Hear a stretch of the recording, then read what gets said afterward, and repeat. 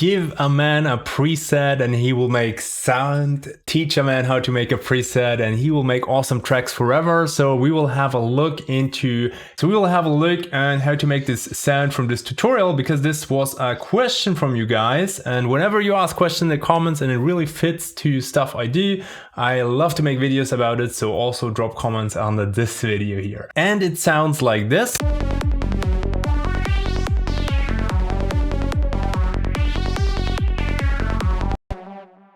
And as I said, I don't want to just like tell you how you can make this preset. I want to tell you even more. I want to show you how you can make any preset if you understand the process.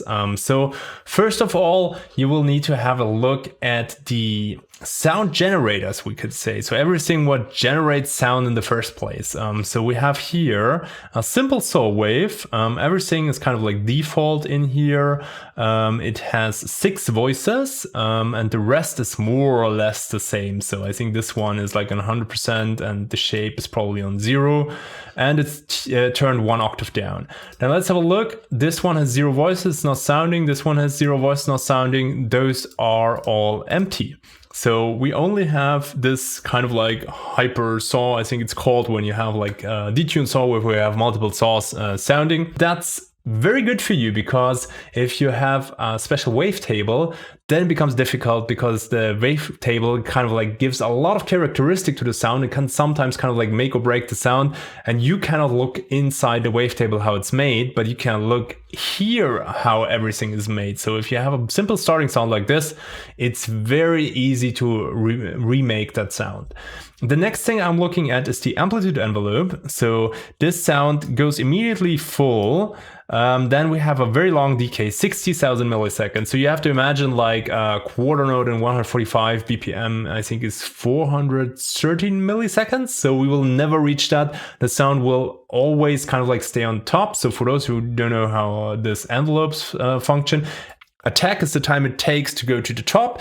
Then we go with the decay time down to sustain level. So that's the third parameter, which is 0. So it takes basically 60,000 milliseconds to go down to minus 50 dB, or basically we could say like to 0 volume.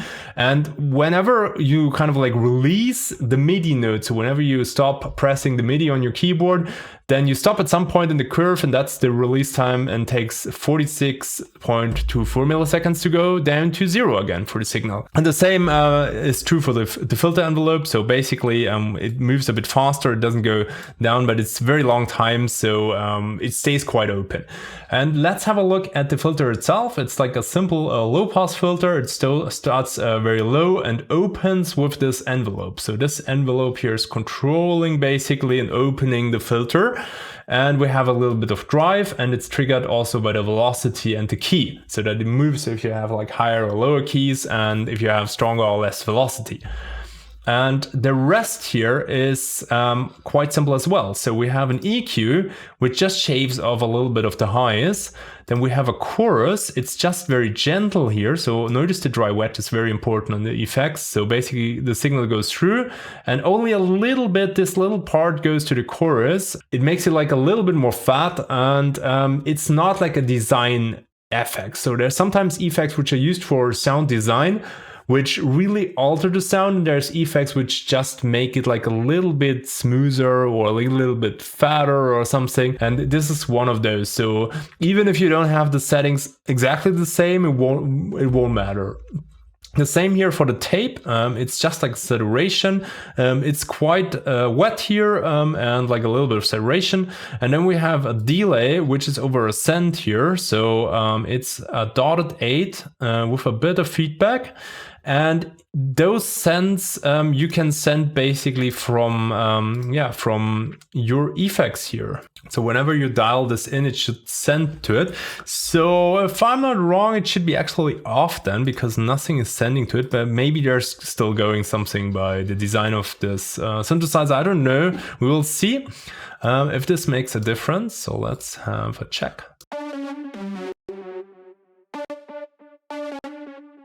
So there's definitely something.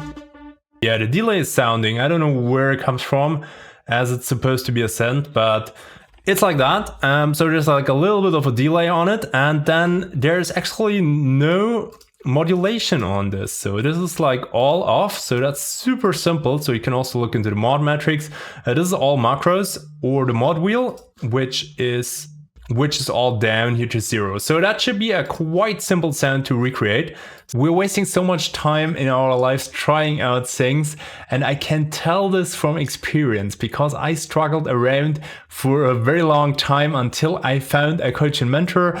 And it's very important that you take this chance because time is the only limited resource in your life. So everybody has 24 hours, and it depends on how you are using them and that you're not wasting them. And a structured program from A to Z will get you so much faster to your goals, and it's really worth every cent. So if you want to check that out, then you find a link in the description box below. And if you are not sure if the program is for you, if you have any questions, my email is in the description box below as well. So just drop me an email and ask, and then hopefully we see us at the program. So let's make the sound now.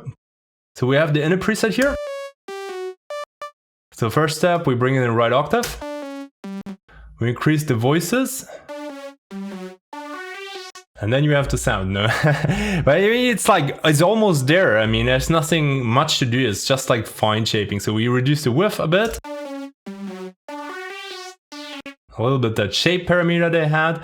We put like, we go to the amp envelope. So we put that down, and then we can basically determine how open we want to have the sound.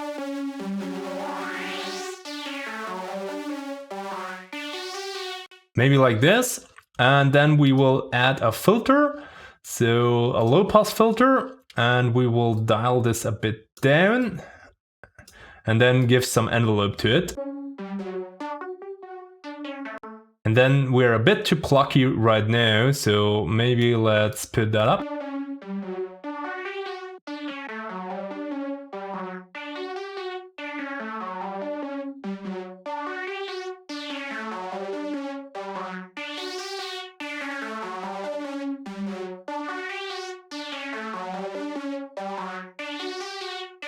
Yeah, I think like that is fine. And they put a little bit of drive as well.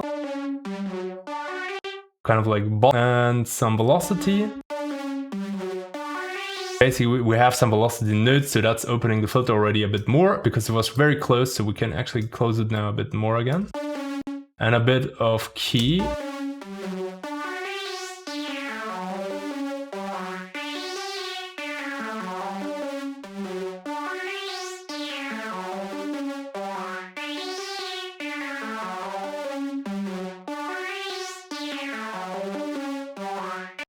I think we're quite good here. We had like a little bit here of EQing.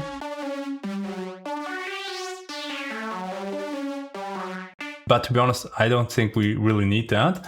Then there was a chorus, and it was only like a little bit. I mean, we can still make it wet.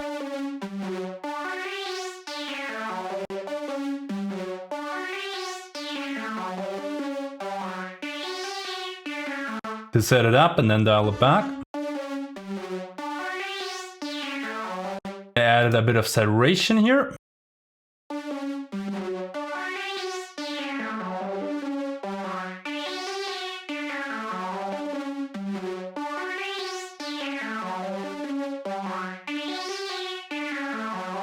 Yeah, that's not bad.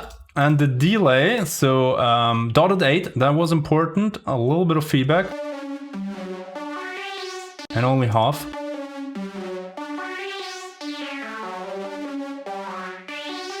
And we had a little bit of portamento because I had glide notes, but I put that in. And that's it actually. And I added like a little EQ sweep here because I think this whole thing was a bit static because there's no modulation, as you remember. So I added this as a modulation.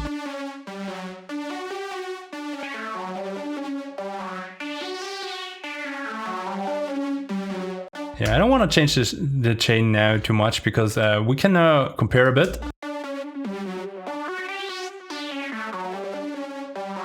Yeah, mine is kind of like more open, so maybe we want to have it like a little bit more plucking. So we could go maybe down here in the filter a bit. And maybe here also.